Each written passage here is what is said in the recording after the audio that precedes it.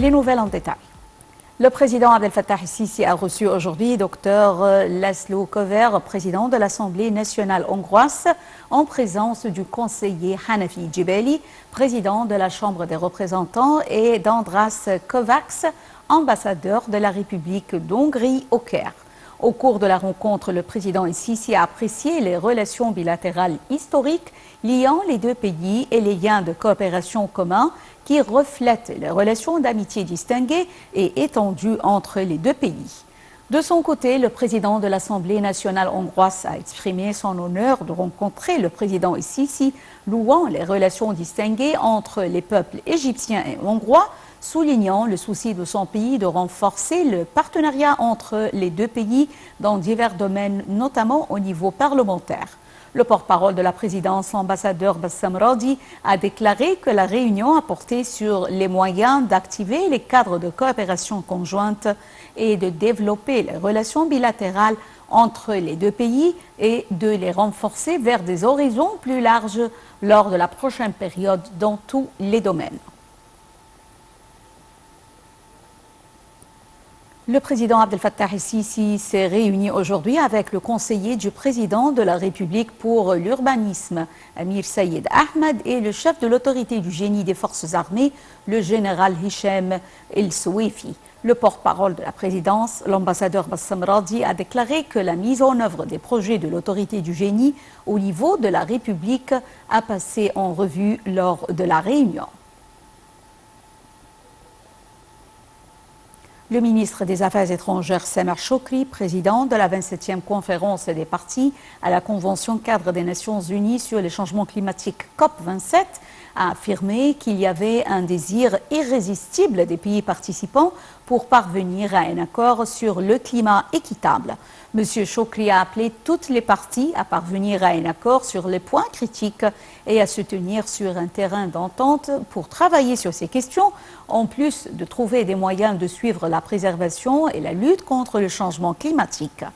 M. Shoukry a également ajouté que les consultations se poursuivront avec les groupes concernés et leur donneront l'occasion d'examiner les textes et d'y présenter les commentaires et de proposer les amendements nécessaires. M. Shoukry a aussi pressé les parties à passer à la vitesse supérieure, je cite, dans les négociations, soulignant que le temps n'est pas de notre côté.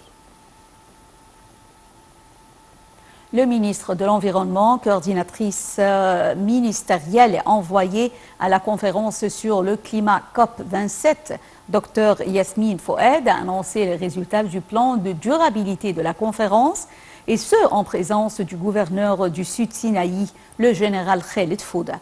Le plan de durabilité a été élaboré via un processus préparatif du secrétariat de la conférence et comprenait un ensemble de mesures qui assurent la performance de la conférence pour atteindre l'objectif de zéro émission de carbone. Le secrétaire général des Nations Unies, Antonio Guterres, a pris des photos de souvenirs avec les jeunes volontaires organisateurs de la conférence COP27. Les Nations Unies ont également décerné aux jeunes volontaires des certificats d'appréciation pour le grand rôle dans la réussite de la COP27.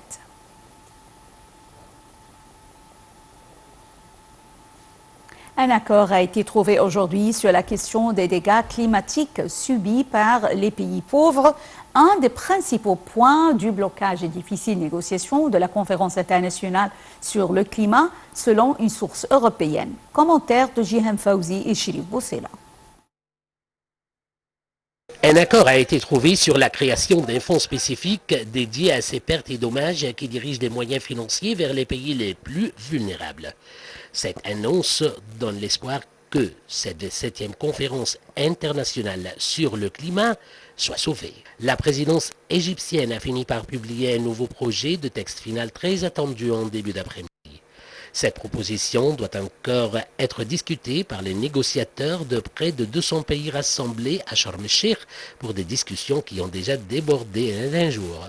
Le document réaffirme les objectifs de l'accord de Paris de 2015 qui vise à limiter le réchauffement de la planète nettement en dessous de 2 degrés par rapport à l'ère pré-industrielle et si possible à 1,5 degré. Côté énergie, La fin des subventions inefficaces aux carburants fossiles est affirmée, mais pas la sortie du pétrole ou du gaz. L'objectif d'une sortie progressive des centrales à charbon acquis de Glasgow l'an dernier est réaffirmé, mais avec désormais un appel à accélérer le développement des renouvelables au cours de cette décennie. Cette conférence, qui aurait dû se terminer vendredi soir, a longtemps bloqué sur la compensation des dégâts déjà occasionnés par le changement climatique, les pertes et dommages. Une proposition de texte sur cette question, l'une des plus épineuses des discussions depuis 2 semaines, avait aussi été avancée samedi par la présidence égyptienne avec l'espoir d'un consensus puisse être trouvé. Le document propose d'établir de nouveaux accords de financement pour aider les pays en développement à mobiliser des ressources nouvelles et supplémentaires. Le Premier ministre, Dr Moustapha Madbouli, a affirmé son engagement à suivre sur sol et périodiquement les étapes des projets en exécution. Ces déclarations ont été accordées lors d'une tournée d'inspection au parc d'El Foustat, à la place Amr ibn al-As et à la région Ain el-Haya.